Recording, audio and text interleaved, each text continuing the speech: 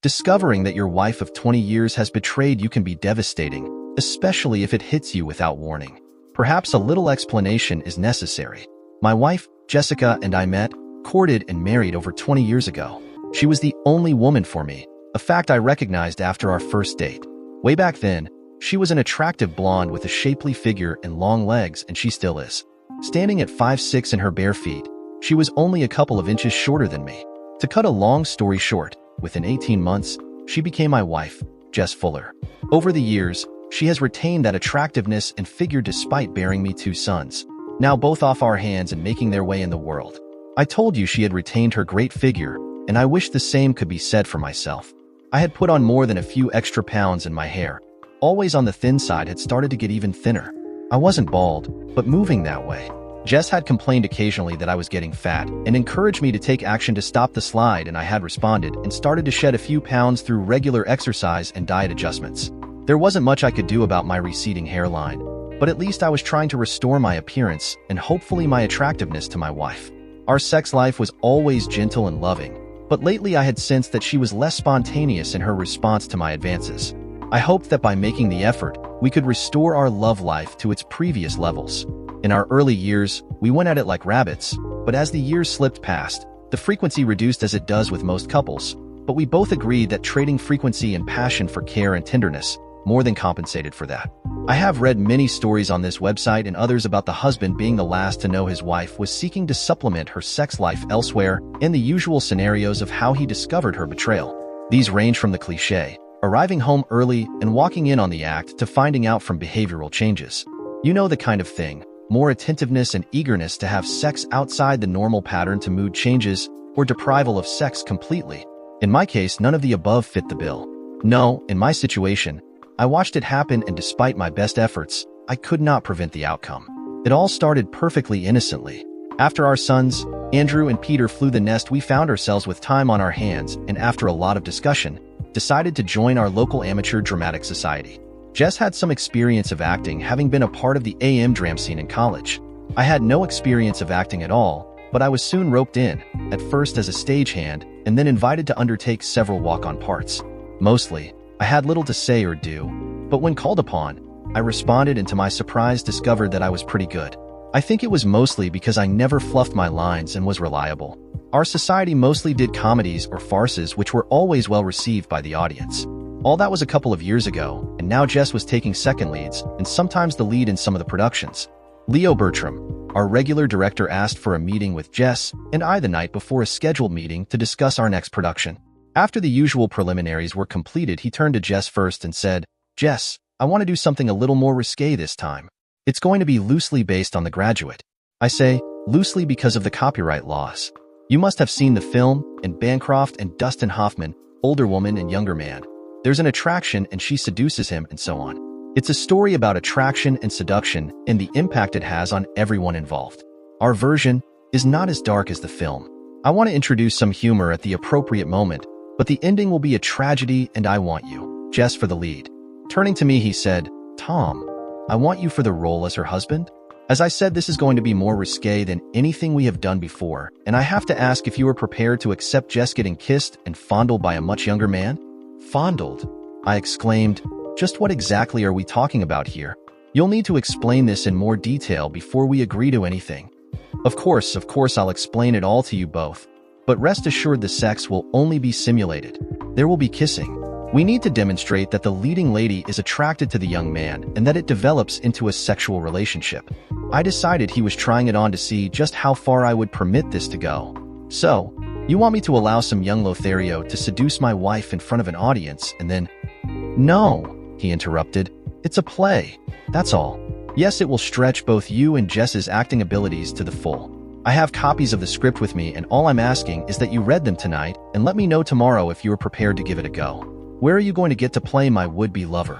We don't have any young men in our present cast that would fit the bill?" Jess asked him. "I have that covered too. I know a man that teaches drama at one of the major schools in London. He has several young actors that are looking for the opportunity to develop their stage awareness, and he thinks they would be delighted to spend the summer season working with us, unpaid of course. They should be at the meeting tomorrow night. You want to meet your co-star before committing yourself, but I assure you, he is quite handsome, but also very young. We ended up agreeing to read the script and tell him our decision tomorrow regarding our participation. We did read the scripts and I was concerned about the love scenes. Jess, on the other hand, seemed quite excited at the prospect of setting out to seduce a shy young man. So much so that she nearly screwed me to a standstill that night. In the morning, we talked about the script, and her excitement about the part was palpable. I knew then that she was desperate to do the role. I asked her about the sex scene and she said, "It's only a simulation. It's not as if I'm actually going to have sex with him." As for the fondling, well, I get much the same kind of treatment every Christmas from the men I work with, and I've learned how to handle them. Is this jealousy that's making you balk at us taking the part, or is it something deeper? Was I jealous of her role? After some thought, I realized that, no, not really, but I was certain that I had misgivings about her kissing him and letting him take liberties with her beautiful body. Not just that, but in front of an audience, most of whom knew us. That was what was at the root of my problem. I loved Jess and trusted her implicitly, but even simulated sex in a public theater would start the tongues wagging. Many of our colleagues from work would also be in that audience. What would they make of it all? I explained my thinking to her and hoped that she would agree not to take the part, but she said, "I understand all that, but it's only an act. I really want to play the role, and I think that you are being ridiculous in raising these stupid objections. I love you, and you only. This is just too good a part to turn down."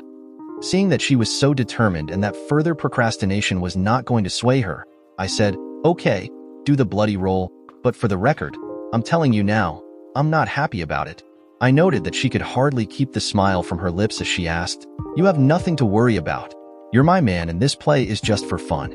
I want to see if I can still be attractive to a young man, even if he is acting a part like me. Now, are you going to take the role as my husband? I really need you to be there for me. It's important that I have your trust in this."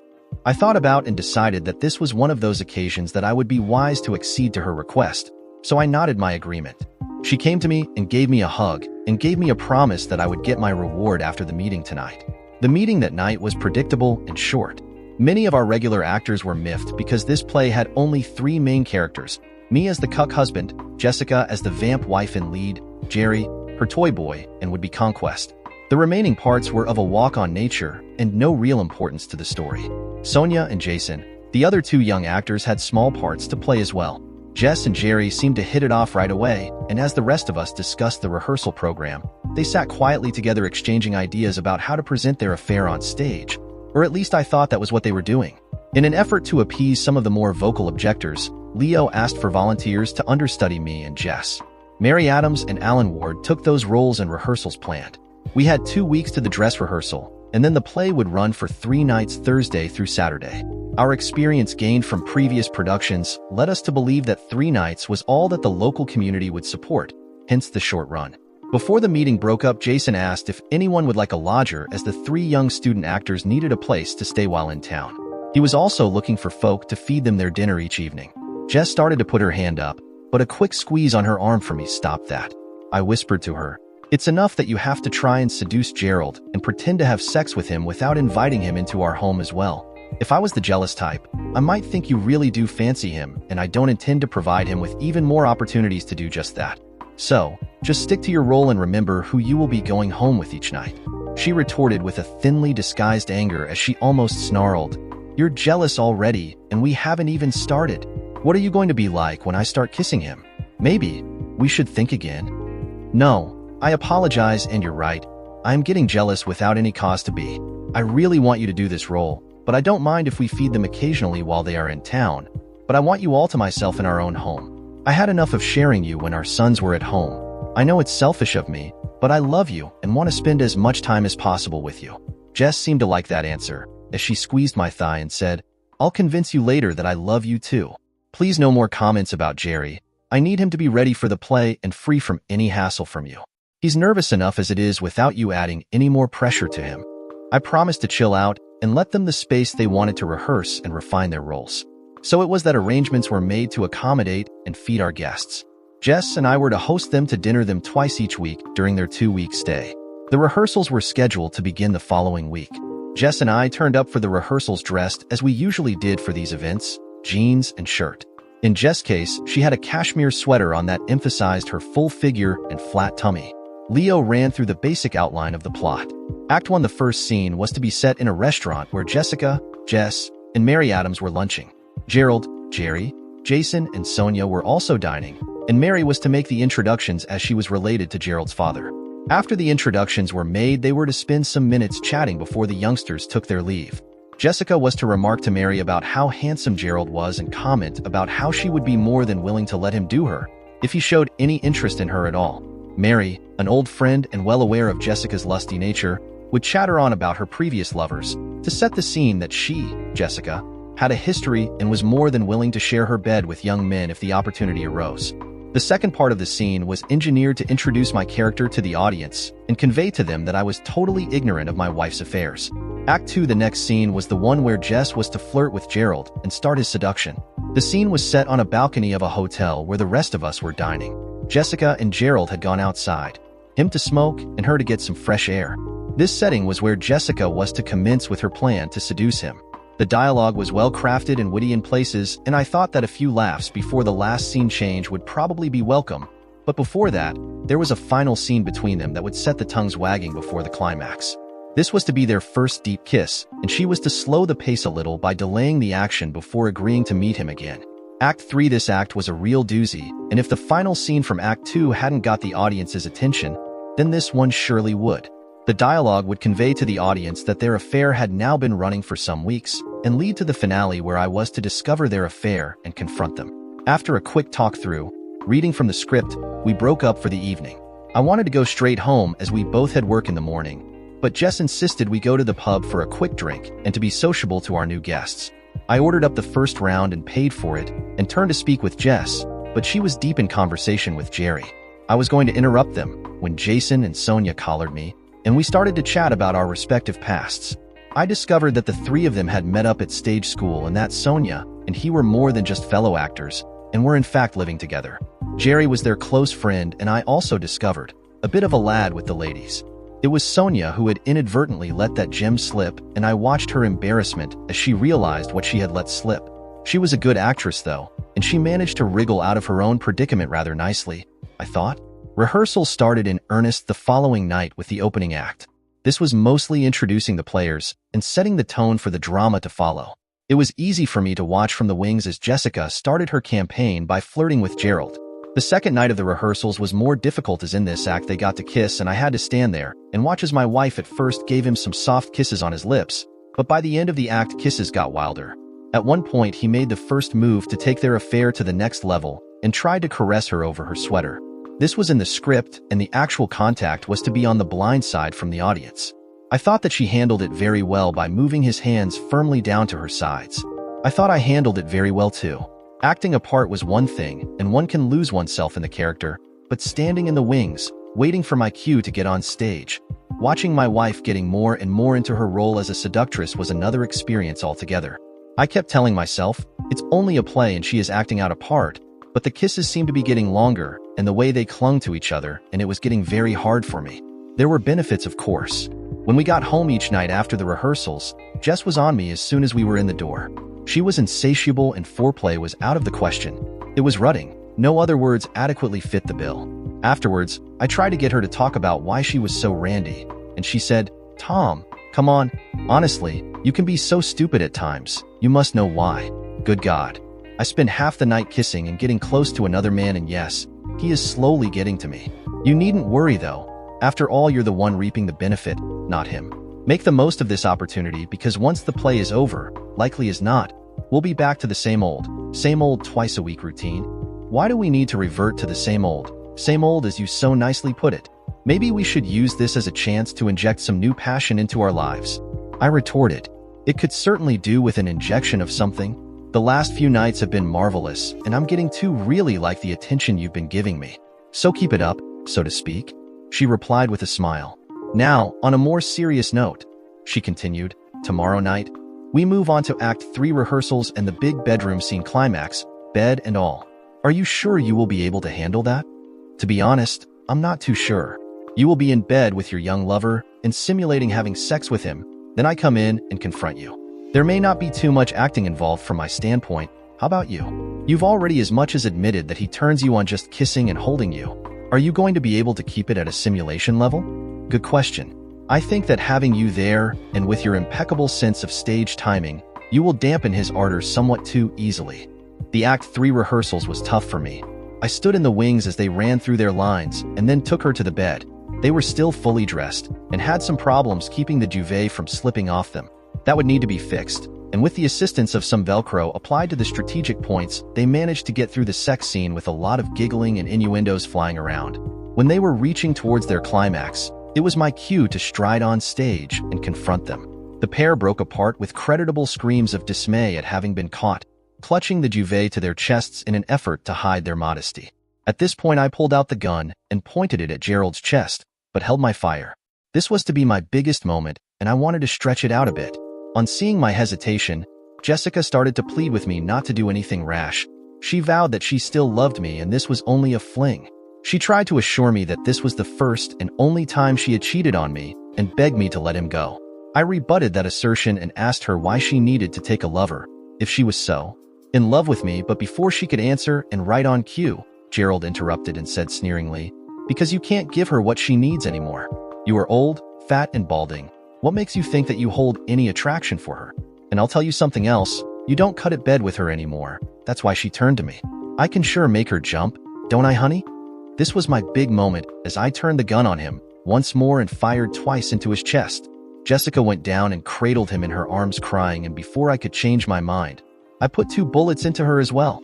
At that point, the lights were to go down at the same time as the curtain, and in the darkness, another single shot would sound to be followed by a body hitting the floor and leaving the audience to work out for themselves what had happened. After a few more attempts at the last scene, Leo declared himself satisfied and reminded them that the following Monday was the dress rehearsal and their last chance to hone their performance before the opening night. Jess and I had invited the 3 young student actors to dinner that Sunday evening, and Jess really put a lot of effort into her appearance. I was the chef, a normal occurrence in our home whenever we had guests, so I was a bit pushed for time. Our guests arrived early, before I had time to shower and change, so I left Jess to entertain them and went up to get showered and changed. Over dinner, I couldn't help but observe the sly, smoldering glances between Jess and Jerry. All appeared perfectly innocent, but she was being careful to keep the exchanges to times when she thought I was busy talking to Jason and Sonia. At one point, I sat at the table and watched him follow her into the kitchen to help with the coffee. They were both gone some time, and if it weren't for Jason keeping me at the table with questions that he already had the answers for, I may have caught them in the act. When I finally did manage to break off and go into the kitchen, Jess and Jerry sprang apart, and Jess in particular looked up with a guilty expression. I asked, "What's taking the coffee so long? We're getting a bit impatient out there? We were just going over the opening scene once more. Jerry feels that we are missing something in the early introductions. I take it you have had enough time to find the answer?" I asked. She nodded in agreement and said, "Coffee coming right up. Why don't you 2 go back into the dining room and I'll bring it in." Finally, they prepared to leave, and as they were donning their coats, I overheard Jerry whisper to Jess, "Tomorrow afternoon, 3 o'clock, right?" Jess looked quickly around and, thinking she was not going to be overheard, replied, "Yes, but keep this between us." I coughed to alert them and came into the hallway to bid them farewell. I pretended that I hadn't heard the last exchange and bid them good night. I had much to think about, and my prime concern was that I knew Jess finished work early on Mondays, but not that early, so I made a mental note to ask her about her movements tomorrow. I was not trying to catch her out. I trusted her implicitly, but still the nagging fear that something was going on wouldn't go away. I spent some time tidying up the kitchen before going up to bed. Jess was sound asleep. I had hoped for some talk about the dress rehearsal and maybe even some loving, but it was not to be that night. I asked her over breakfast about her plans for the day, and she failed to mention meeting Jerry. Now my suspicions were gaining ground. Why would she not mention meeting with him if their date was purely innocent? I was not in a position to take time off work to conduct my own investigation, nor did I have time to set up a private investigator to do the surveillance on my behalf. In any case, I had convinced myself that my suspicions were more than a little paranoid. I did trust my wife, I kept telling myself. So, I did nothing. Maybe if I had confronted her then and there that morning over breakfast, things would have turned out differently. The dress rehearsal started pretty innocuously. Act 1 went well, and after a quick change to suit the setting of a formal dinner dance, Act 2 started. Jessica was wearing a slinky black evening dress, halter-necked and hugging her figure really seductively. I watched as they took their positions on the balcony with the balustrade running diagonally away from the audience. Gerald stood behind her and put his arms around her, pressing himself into her rear, and started to nibble at her earlobes and neck. She was responding to his movements. It seemed like an age before she pulled his hands away and turned back into his arms for a last kiss. Then it was Mary's cue to enter through the open door from the function room, and then to interrupt their clinch. She said, "Oh, there you are, Jessica. I came to warn you that your husband is searching all over for you." Turning her attention to Gerald, she said, "You had better make yourself scarce. If he finds you here, it will fuel his suspicion that you are trying to seduce his wife. He has a bad temper, and you don't want to ruin Jessica's marriage, do you?" This was my cue to enter the stage, and just as I reached the door, Gerald said to Jessica, "Tomorrow?" She nodded and replied, 3 o'clock at my house. I count the hours until you are with me once more. I moved to meet Jessica center stage and held her close to me. I looked her in the eye and said, "I love you so much, but if you ever betray me, it will be death of us and our marriage." "And I love you too," she replied sarcastically. "But why the sudden warning about fidelity? You're my husband, and even if you are overweight and balding, you're still all mine. It's just that you seem to be getting very close to young Gerald, and you seem to have less time for me lately." "Nonsense, we're no longer as young as we used to be, and things are bound to slow down a little as we get older. Gerald is fun, and I enjoy all the attention I get from him, but that's all. Just remember, I will not sit back and let myself be taken for a ride. If you want out, just say so." That ended the second act, and during the interval, the scene was reset to our bedroom. Curtain up for the last act, and Jessica was standing in the bedroom dressed in just a thin silk dressing gown. She called for Gerald, and he rushed in to grab her into an embrace. She submitted to his advances for a few moments and then said, "Slow down. We have all afternoon to play." They stood there and kissed each other. He pawed at her, and she rather resignedly let him remove her robe. Beneath the robe, all she had on was a mauve-colored demi-bra that barely covered her and a small pair of matching silk panties. The sight of her exposed body must have inflamed his desire. Either that or he was a great actor. Jessica was responding to his advances, and as their passion mounted, he tried to remove her bra. This was not in the script. I was furious and made to burst onto the stage, only to be stopped by Leo and Jason, who said, "Just a few seconds more, please." At that point, Jess broke away from him and stopped the rehearsal by turning to Leo and asking, "Is this really necessary? This was not in the script. He is practically stripping me bare out here. He's like an octopus, and I have no intention of bearing all on stage. I told you that right at the beginning."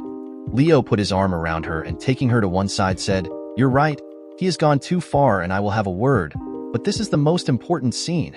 It is vital that your passion for each other is plain for all to see. Your acting of this part is superb, and the way you relate to Gerald is marvelous.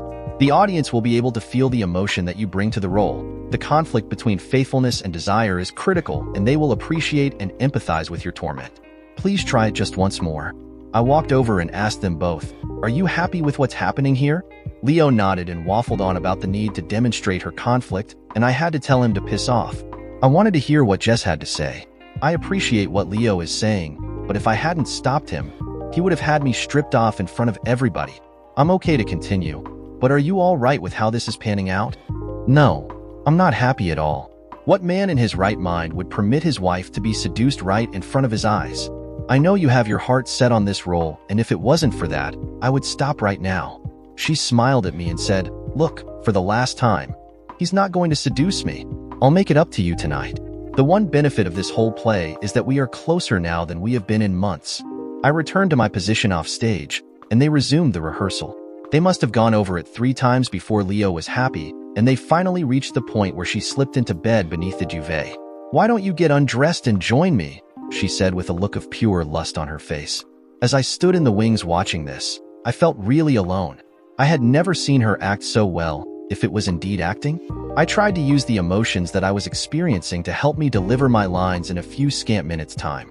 Gerald stripped off to his jockey shorts. Rather incongruously, he was wearing a pair of Union Jack ones. These were significant in the story, as will become apparent shortly. As I watched, they fooled around under the duvet for a few minutes of foreplay, and then a mauve bra appeared held by a naked arm that placed it on the brass bedstead where it hung as if to taunt me. It was followed by her panties in short order and then, looking rather ridiculous, the Union Jack underpants. They then assumed the missionary position and started to simulate making love. As they approached their climax, it was my cue to burst in on them. I charged into the bedroom and stopped dead in my tracks at the sight before me. I was supposed to be speechless at first and then furious at being made a cuck in my own bed. It was not that hard for me because my jealousy had been aroused by their antics. They broke apart and Jessica started to try and stutter explanation. Tom, I can explain. This is not what it seems. I think it's perfectly clear to me, and your explanations are unnecessary. I warned you that infidelity would be the death of our marriage. I thundered, and stepping nearer to them, I pulled out a gun and pointed it at them. Jessica laughed at the incongruous sight of me and this gun. It was damned heavy, and I was having trouble holding it steady. You know full well that that gun doesn't work. It's been in the drawer for years, and in any case, you haven't any ammunition for it, even if it did. On hearing this, Gerald, who up to this point had remained lying silently with the duvet pulled up to protect their modesty, suddenly got brave and said, "Go ahead and shoot, you stupid cuck. We have been at it like rabbits during the last few days, and if you want seconds, you'll have to wait. I haven't finished yet." With that, he turned back to Jessica and started to kiss her once more. That was my cue, and taking aim, I pulled the trigger twice at point-blank range. The report was louder than I expected and made me jump.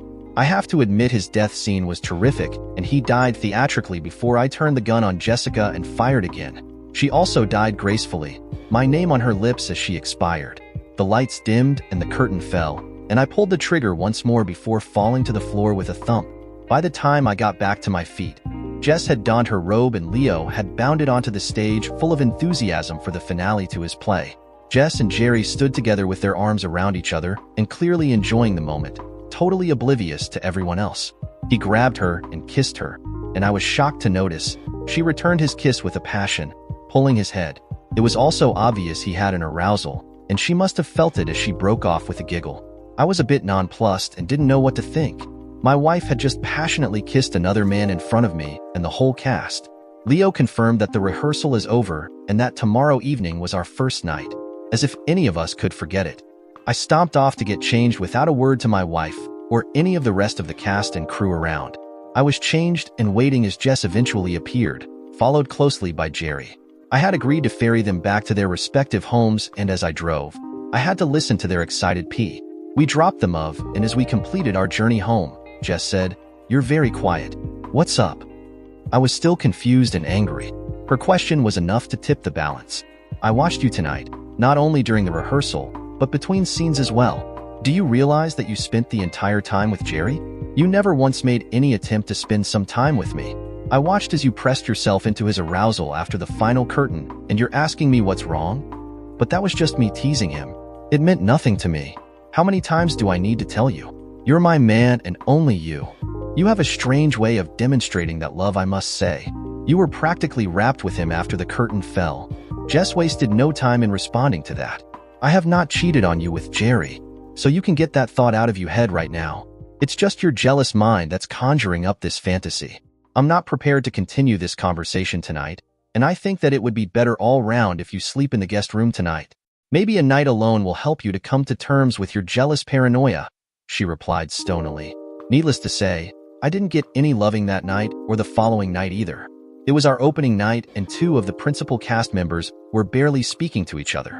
The first act was fine, and so was the second, right up to the scene on the balcony when Gerald started to caress her. Somehow, we managed to get the final act without any major errors. By the final act, I was praying for the whole thing to end. We all played our parts to the full, and the only alteration from the dress rehearsal was when they got into bed and under the duvet, he took her from behind. When the curtain came down, we were given a standing ovation. I was furious at the change from the scripted version. Not that it made much difference, but seeing my wife apparently being screwed from behind was obscene. It upset me so much that if Leo had not stopped me, I would have murdered him for real. Leo grabbed me and told me that Jess and Jerry had told him of the change before the start, and they decided that it would make my intervention all the more realistic. Jess was so bubbly afterwards and told me that all the cast was going across the road to the pub before going home. I refused and told her that she should go if she wanted, but I was going home. Needless to say, angry words were exchanged, and she stormed off on her own to the pub while I took the car and went home. I was asleep, once more in the guest bedroom when she came in, so I've no idea what time it was. Over breakfast I tried to talk to her, but she refused to discuss the issues facing us. That evening we gathered for the Friday night performance, and we were expecting a larger crowd than the night before, and it was. Most of our friends and work colleagues chose that night to attend, and we had made tentative arrangements to meet them afterwards in the pub. Our performance was better, and we completed it without any new surprises for me. I was a lot less angry by this time, and Jess did nothing to wind me up. We went to the pub afterwards, and we sat together and talked quietly until Jerry just had to come over from the snug where the rest of the cast and support team were and interrupt us. My hackles immediately rose, and only the presence of our friends prevented me from asking him to leave. Our friends all wanted to meet the fella that got to kiss and cuddle with Jess. Eventually, we managed to extradite ourselves and slip away. On the journey home, Jess was sitting beside me. As soon as I parked up, she climbed over the reclined front passenger seat and into the back. "Tom, just do me. I can't wait any longer." Who was I to refuse a lady in need, and I moved quickly to accommodate her. I was at it when someone shone a torch in the car. We both jumped and I shouted to the guy to screw off. I started to disengage from Jess when she whispered, "It's all right. He just wanted to watch." Well, he can go and watch someone else. He's not going to see my wife getting screwed. Then the absurdity of what I said hit us both and we burst out laughing. After all, wasn't that what had just happened in the theater? 60 or 70 people had just seen my wife getting screwed on stage, and here I was getting pissed off at a man watching us perform in a car.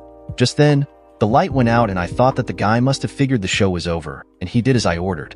We both reassembled our clothing and continued home, where the action started once more. This was the best loving we had achieved since the play had begun rehearsals. Saturday morning, and the local weekly paper was delivered as usual. Jess grabbed it first and went straight to the arts page to see what he had to say about the play. Generally, the review was good, and he confirmed what we all knew. Jess was stunning in her role as the seductress, and he went on to comment on the final sex scene and how convincing their act of intercourse was. I didn't need to know that I had been experiencing it at close quarters, and the evil genie still preyed on my jealousy, even though I was sure that they were only simulating the sex. My performance as the cuck husband was hailed as intense. Whatever that was meant to mean, the phrase damned by faint praise came to mind. Still, he did recommend to his readers that they should take the final opportunity that night to see the delightful Mrs. Jess Fuller, local secondary school deputy head teacher, in a totally different light. Saturday evening, and it was show time. The last night, and we were all at theater early. The play was a sellout, and an audience of nearly 150 was expected. I was feeling nervous before the start, and had to visit the toilet to do what has to be done when stage fright takes hold. I was sitting on the throne when Jerry and Jason entered. They were laughing and were rather indiscreet in their subject matter. Jason asked Jerry, "Well, have you taken her yet?" "Not yet, but she's ready for plucking, and with your help, I'll nail her tonight," he replied. I waited with bated breath. What was the scheming little prick up to now? Then he said, "The props in the bed. You know, the bra, panties, and underpants? I want you to remove them and lose them. If I can't have her, then at least I will get her naked in my arms. It's only for a laugh and to wind up that cuck husband. In a way, it serves her right. She has been sending me home with aching balls since we started the stupid secondment." They finished whatever their business in the toilet and went out the door still discussing their intended prank. I finished up myself, and it was showtime. I had no chance to talk to Jess before the start, and once it got going, she was on stage most of the time, so the opportunity did not arise.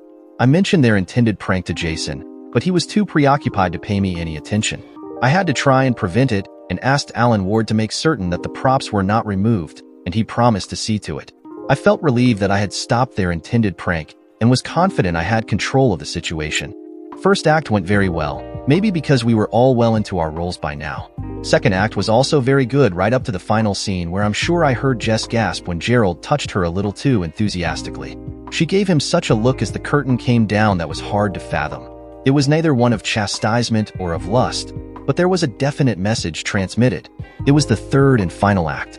I stood in the wings watching as the seduction progressed, and when she slipped into bed to be joined by her lover, I could see her searching around to try and locate the underwear props.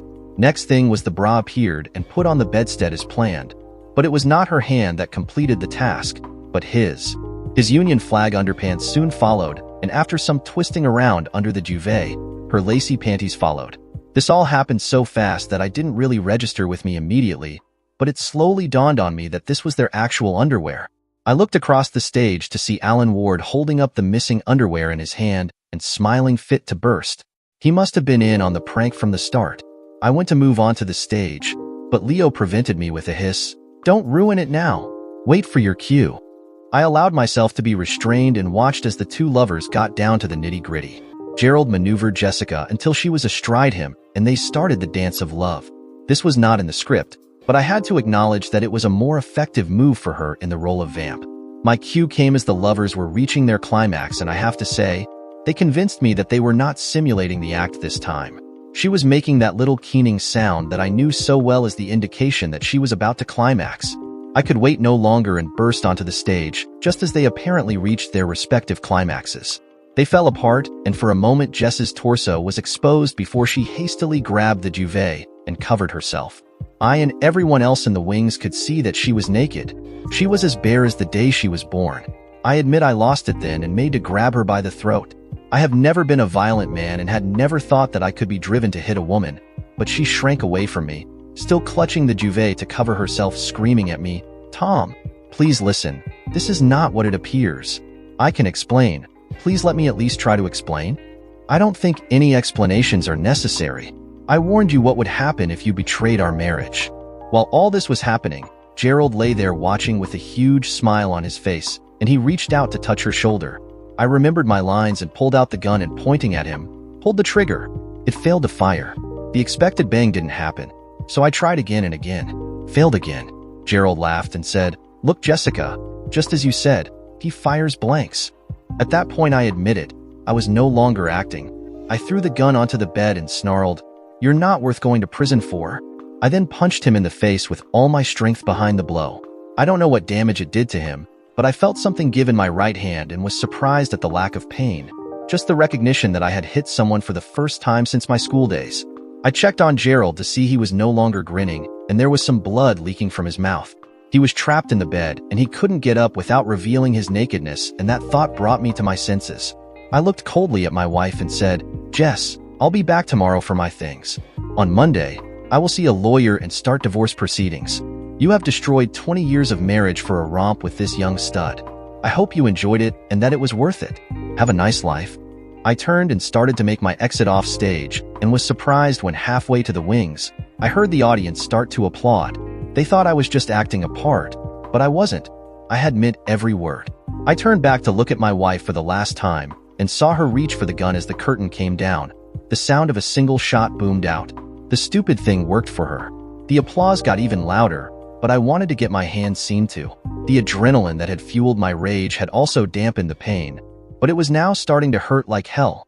As the curtain came back up, we all stepped back on stage to a standing ovation. I looked over to Jess standing on the other side of the stage with Jerry and smiling. Hell, smiling. I couldn't believe it. I turned and left, heading for my dressing room. I wiped the makeup off and, collecting my wallet and keys, left without even changing into my own clothes. I drove to the accident and emergency, and after 3 hours of waiting, finally got my hand seen too. It wasn't broken, only sprained and a support bandage applied. I had switched my phone off during the performance and had neglected to switch it back on. When I did, it started ringing immediately. From the caller ID, I knew that it was Jess, and I thought about ignoring it, but decided I might as well get it over with and answered. She started in on me straight away. "Where the hell are you?" Before I could answer that question, another one was fired at me. "Why did you hit poor Jerry so hard? It looks like he may have a broken nose and a fractured jaw, and his face is all swollen." This time, I roared back with, "My heart just breaks for him. Now just shut the hell up for a minute and listen." I meant what I said at the finale. "We're through. You were stark naked with him under that duvet, and you can't tell me that you two didn't screw right there on the stage in front of everyone. If you think I can forgive and forget, you're very much mistaken. I will move out over the next few days and intend to divorce you on the grounds of irreconcilable differences. I won't cite the real reason, as you will need your job to finish the mortgage repayments." I must have struck her dumb, because silence was her only response. Instead, she said, "But I can explain." Someone removed the underwear from the bed, and we had no option but to undress. The show must go on, and maybe we went too far, but we never. "Maybe you went too far." I thundered back at her. "Right, you did. We're through." I terminated the call. I was in no mood for her excuses, and in any case, in my own mind, I knew what I had witnessed at close quarters. She had screwed Jerry, and I was in no mood for reconciliation. Instead of driving home, I went to the storage facility where we housed our caravan, and even in the middle of the night, managed to find it and settle myself in for the night. The next day was Sunday, and I was up early. My wrist hurt like the devil, and I took stock of my situation. Lawyer was the first priority, followed by the bank accounts. Fortunately, our banking was online, and all I needed was Wi-Fi access. I had my laptop, and the Scottish fast food joint solved that problem even if their Egg McMuffins were almost inedible. I reorganized the accounts, carefully splitting everything fairly, and canceled the joint credit cards. Whilst there, I decided to check my emails, and there were a number from Jess. I deleted them all without opening them. I tried to use my mobile to call my sons, but it was full of messages from Jess asking me to talk to her. Not a hope in hell. Monday, I would see our solicitor and start the divorce proceedings. My eldest son phoned me and asked what the hell was going on. All his mates were watching his mother getting screwed on the internet. I also checked the social networking sites and discovered that someone had put a short video from the final act of our little play out there. It was asking the question, well, did she or didn't she? It starred Jessica, Jerry, and of course me as the stupid husband. Thankfully, my back was to the camera, so I was not easy to identify, but anyone who knew the situation would know it was me. I didn't know whether to be angry or not. I really didn't care how embarrassing it was for Jess. That was her problem. The number of hits already reached 20K, and it was proving to be very popular. With nothing else to do, I went for a walk and returned to the web later and checked how her performance was being rated. It must have been a slow day or something, as the number of hits went viral and the comments were split. The local bookmakers were taking bets on whether she had had sex with him or not. With the background of a local amateur dramatic play and her position as a deputy head teacher, guaranteed a lot of local interest. Jess was still bombarding me with emails, and as my phone was switched off, that was her only means of trying to communicate with me. I bought a pay-as-you-go phone and decided to use that. I knew all the phone numbers of those people I needed to contact and sent them a text informing them of how to get in touch. No sooner had I sent that out and it started ringing. Most of them wanted to know if she had actually done it, or was I aware of the video flying around the web. Those I deleted without response. I thought, you sure find out very quickly who your friends are when the shit hits the fan. My true friends, I acknowledged their expressions of concern, and one in particular from my best friend. Jimmy asked if I wanted some company and offering me a bed for as long as I needed. He obviously knew that I had left her. I told him I was good for the moment, but would be in touch if the need arose. The next morning, I went into work, and my work colleagues were either too embarrassed to say anything or smirking as I passed them en route to see my boss. I didn't need to explain the situation. It was common knowledge, and my boss offered me sympathy and also authorized a couple of weeks compassionate leave without pay. Generous to a fault was my boss. I told him I would take the 2 weeks as my annual holiday and left. I didn't care if he approved it or not. With my skills, I would find another job fairly quickly. As I left the building, I was confronted by reporters from the local TV and radio stations. They were pressing me for an interview about my marriage, and I kept to the no-comment statement. Next stop was my lawyer, James Patterson, and I explained the situation. He advised me to talk to Jess and hear what she had to say, but I told him that I was not ready for that yet. James also said, "You do not know for certain that she had sex with Jerry. You have valid grounds for suspicion, but until you sit down with her and thrash it out, you'll never know for sure. What if she never actually had intercourse with him? How would you react to that?" He gave me a moment to think on that, then said, "You realize that the media has gotten hold of your story now, and it will probably get worse before it gets better." In the dog days for news during the parliamentary summer recess, the media are desperate for a juicy story to boost their circulation, and this one is tailor-made for them. It has all the right ingredients: sex, a beautiful woman, a clueless husband, and most importantly, nobody confirming or denying what actually happened. They will run with this until something breaks. You want to consider whether you wish to issue a statement or not. I told him that I would not be saying anything to the press. I gave him my new phone number and email address before I left. I also authorized him to proceed with the divorce, if not for adultery, then irreconcilable differences. With the caravan once more hooked up to my car, I pulled out of the park and went on holiday. I just drove, and when I was tired, I stopped at the nearest touring caravan site. I kept up with the news via the internet, and our story was gradually losing its appeal. I had received several emails from one of the larger tabloid newspapers offering me first of all £5,000, then £10,000 if would sell them my story. I refused. There was an interview with Jerry published by the same paper, and I was gratified to read that he had refused to confirm or deny whether he and Jess had sex that night. His only quote about the affair was to say, "A gentleman never discloses any details of an intimate moment." I thought that was fair enough until it struck me. He had added more combustible material to the fire. After all, there's no such thing as bad publicity in his profession, and by keeping quiet about whether or not they screwed, he was keeping his name on the gossip columnist lists. That interview was on the Thursday of my first week on holiday, and I was still no nearer being ready to talk to my wife. At Friday lunchtime, I received a call from James telling me to tune into Channel 2 and watch the program. Jess was scheduled to appear and talk about that play in the aftermath. The program was a woman's talk show, and I found a corner seat in the site entertainment center where I could watch the show in anonymity. The show was hosted by Sheena Eaton, a famous or sometime famous celebrity now past her first youth, and she went through the usual preamble before finally cutting to the chase and reminded everyone about the background to her first guest's leap to famous subsequent notoriety. The "did she or didn't she" question would be answered today by the woman in question and introduced Jess. She was dressed very conservatively, almost doubtily, I thought. Before she even asked the first question, she paused and the video clip taken from the wings was played once more. I cringed at the sight, and when it was finished, the camera focused on Jess. She had tears in her eyes and quickly brushed them away. She looked defiantly at Sheena and waited for the inevitable question. Sheena was very sympathetic and asked Jess to explain from her point of view what had transpired that evening. Jess related the facts fully and frankly without embellishment. Sheena then asked about the underwear. Did they actually remove the underwear they were wearing? Jess confessed they did, but only for the sake of the play, and she was at a loss to explain why the prop underwear was missing. One of the customers at the bar said loudly, "Why are we watching this? Is she trying to justify her cheating on her husband? She's a cheating 304, and she deserves to be divorced and outcast." I said nothing but continued to watch the TV. Sheena then asked, "Are you denying that intercourse took place on stage that night?" "Yes," Jess said empathically. "I did not have sex with Jerry that night, or any other for that matter." Sheena persisted. "Are you telling us then that no contact of a sexual nature took place?" "No."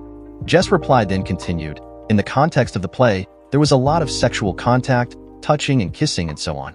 Look, one cannot simulate making love without some contact, and the fact that we were both naked meant that such contact was unavoidable. But no actual sex took place, if that answers your question. Did he bring you to orgasm, or were you really faking it?" Now the questions were starting to get down to the nub of the matter, and I watched intently as the camera panned onto my wife's face once more. She looked agitated, but before she could answer, Sheena said, "We are taking a break at this point. We'll be right back in a few moments to hear what Jessica has to say in reply."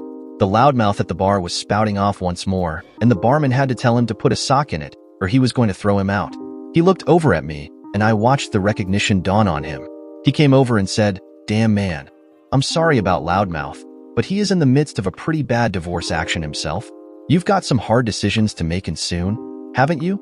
I nodded and said, "I guess how she answers the next few questions will determine how I move on from here."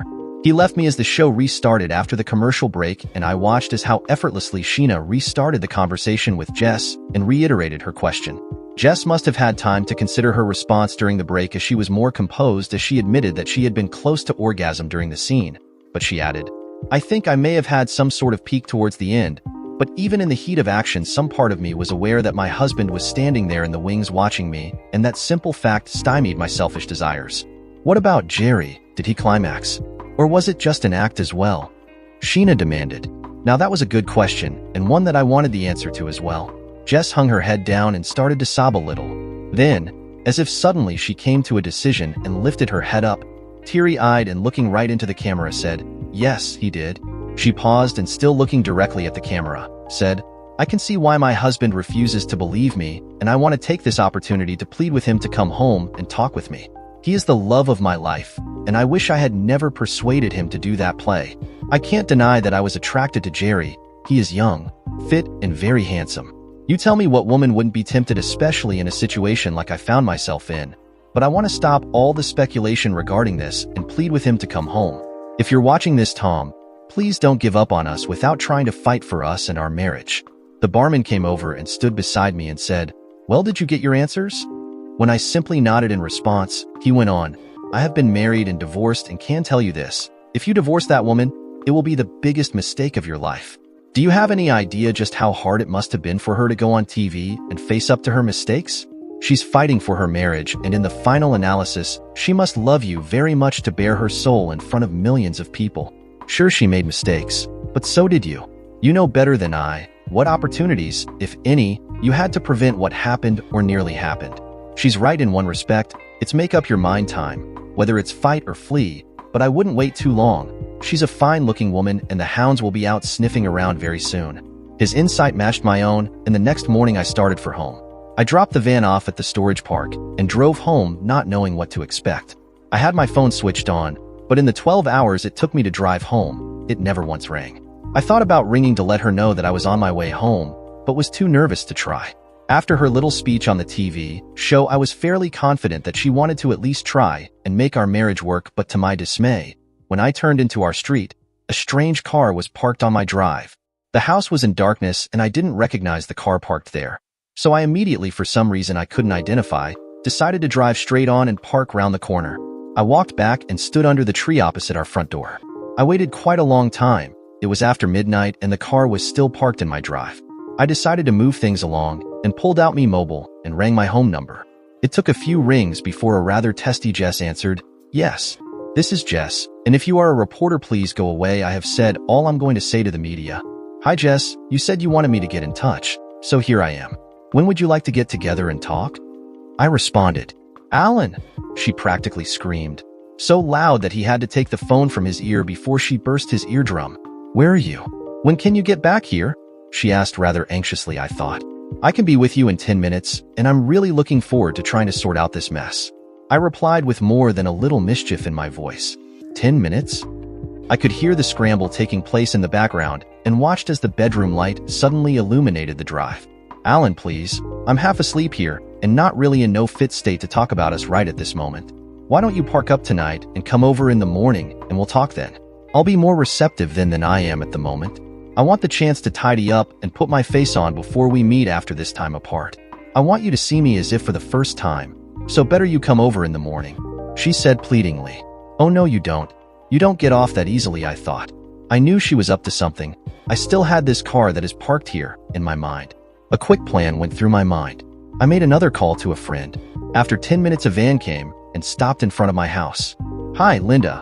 Thanks for coming." I went ahead and shook Linda's hand. Linda was a reporter in a local news channel and had been my friend for some time now. My wife wanted me to come home and join her. "Would you like to cover my homecoming? Also, she is not aware that I am here. Let's give her a surprise. It would be a great piece for your channel." Linda nodded excitedly, and both her and the cameraman followed me in the house. "Before we go to the bedroom and surprise her, let's call her once." I picked up my phone and called her. After 3 rings, she answered. "Honey, I missed you and really want to be with you." "Oh, Alan, please wait till morning," she said. "Jess, I've seen you without makeup before and my memory's still pretty good. I can remember exactly what you looked like the first time we met, so I don't need any reminders. No, I'm nearly home now, and I'm looking forward to sleeping in my own bed tonight with the woman I love." With that, all 3 of us moved towards the room. As soon as we reached the room, we saw that the room door was not locked and inside was my wife and another man naked. The other man was none other than Leo Bertram. Leo, of all people, he was the last one I thought she might hook up with. The camera captured it all. We barged into the room. I now had to play the role of a heartbroken husband who just found out that his wife is cheating on him. "Oh my God, Jess. I cannot believe that you would do that to me. You said on television that you want me back. Yet here you are naked and in bed with this man, Leo Bertram. You ripped my heart out, Jess." "It's not what it looks like, Alan. I can explain. Explain it to everyone you lied to on TV. A lot of people are watching this from their homes. I have seen enough." Leo quickly gathered his clothes and started to run, but Linda caught him midway. She held her mic to him. "Mr. Bertram, what were you doing here with Jess? Are you lovers? Is Jess cheating with more men?" He pushed her and ran, but got tangled in his pants and fell down the stairs. I heard the loud commotion and ran out to find Leo, on the floor and not moving. The cameraman zoomed in on him and captured him on the floor, twitching. I called 911 and soon the ambulance arrived. During this time, Jess covered herself with a robe and Linda was hitting her with question after question. Jess started screaming at Linda to leave her home, but I kept up my act. "You broke my heart, Jess. First the play actors and now the director. Who is next? The makeup man, the lighting guys, the sound guys." After about 40 minutes, we had more than 10 news vans outside our house. I asked Linda to leave and went and closed the door. I went to Jess and said, "You are such a piece of work, Jess. Good luck repairing your life and career after this night. Why did you do this, Jess? And since when did you start screwing Leo?" She stood in front of me and said, "Well, now you finally have caught me out. I guess the next move is yours. I will just say this, I still love you and wish to remain your wife. I realize my actions may be unforgivable. Leo has been my lover for some time now. He was just a distraction to bring a little spice into my life. Sex between us over the last few years, well up until we started with this play, has been less than brilliant. The play was a catalyst that reignited our passions. Jealousy seems to get you aroused, and our love making since we began has been marvelous. Jess hesitated then, and so did I. Part of me wanted to explode and call her of all sorts of names, but another part of me had to know the full extent of her betrayal. I trusted you and now find that you have had a lover for years. Now I need to understand why. Before that though, I need you to tell me the truth about Jerry. I demanded. Okay, the truth and nothing but the truth about Jerry and me. She paused to gather her thoughts and started. But first I need to give you the background, and that involves Leo. Another pause while she looked to me for assent and began. Leo and I were attracted to one another right from when we first joined the Dramatic Society. Attracted but never did anything about it. I promise you that. You and I were going through a rough patch, and you were working all that overtime as well. I felt that was missing out, and you were neglecting me when he made his move. I guess I was easy pickings for him. When he made the approach to get more intimate at last summer's barbecue, I didn't turn him down. Since then, we have got together about once a month, but only when you were out of town. I stopped seeing him when we started rehearsals as he was getting too demanding, and wanted to start meeting at least once a week. I told him that he was getting too serious about what was essentially a friend with benefits liaison. What the hell does that mean? Friends with benefits? You need to explain that one to me? I thundered. She shrank away from me. So loud and threatening was my demand, and said firmly, I'm sorry, my love, but Leo is bigger than you and he knows just how to use it too. You had been neglecting me and I was tempted to try something new. So I did, and I found that I enjoyed it. It had to be when you were out of town. But as I said, he was becoming too demanding. He wanted me to be his personal sex slave. He even threatened to tell you all about us, but I thought he was bluffing. Now I wonder if the whole idea behind the play was just a setup to expose me for the person I am. My head was spinning from these revelations. Just who the hell was I talking to? My wife that I loved and trusted implicitly was not this woman. A wife in whom I thought I had the partner for life was sitting there calmly confessing that she had cheated on me without any sign of remorse at all. But her last sentence begged the question, what do you mean just a setup?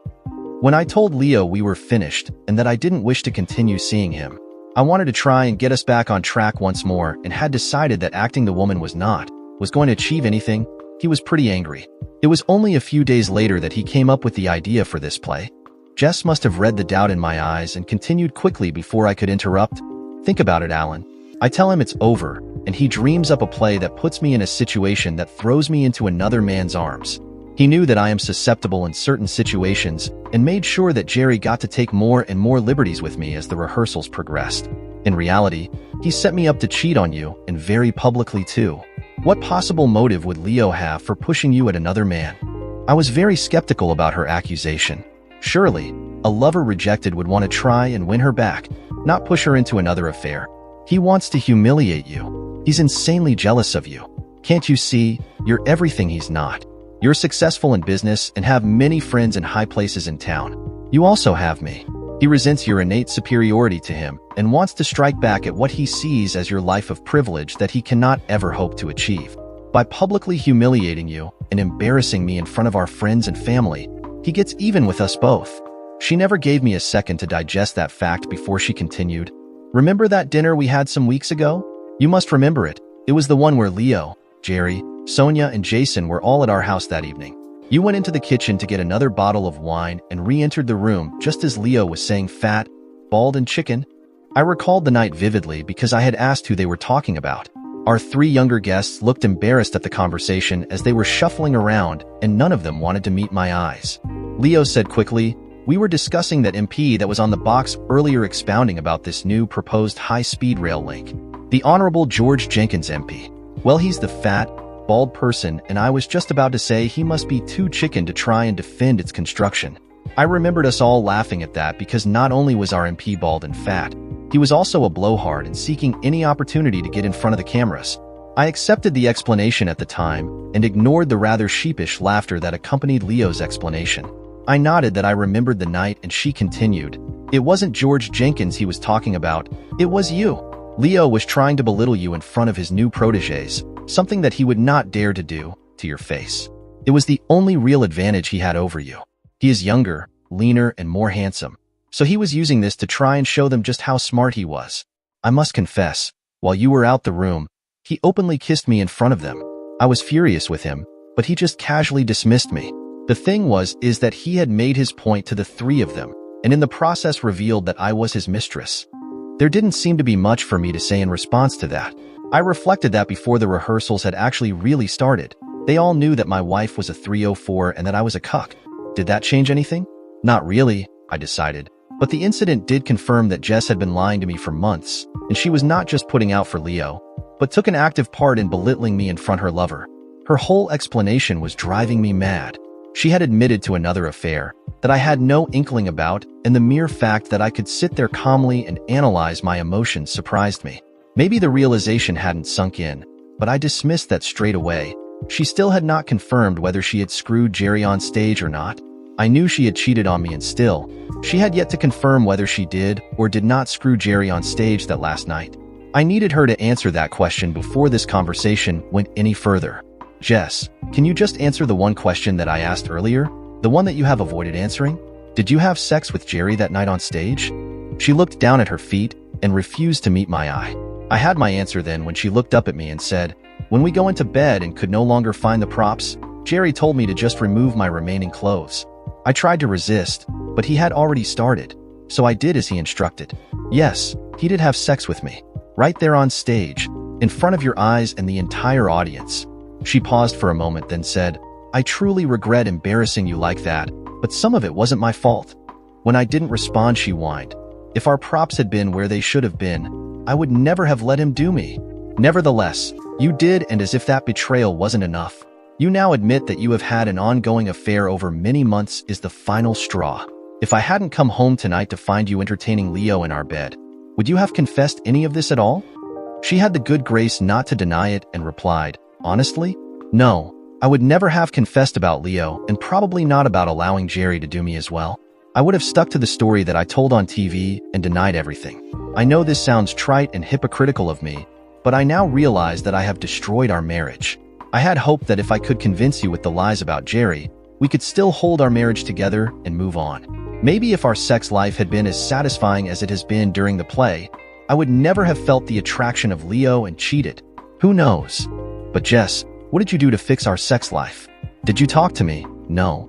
Did you ask me for counseling? No. You just went out and screwed another guy. Wow, what a fix to problems. You know what, Jess? You disgust me. You want to put all the blame of your moral corruption on me and our sex life. Go choke on your spit and die." With that, I went to my room and packed my things and left the house. There were still 2 vans standing outside, who recorded me leaving. I reached to my caravan site and drank myself to sleep. Note to self, punched the barman in the nose.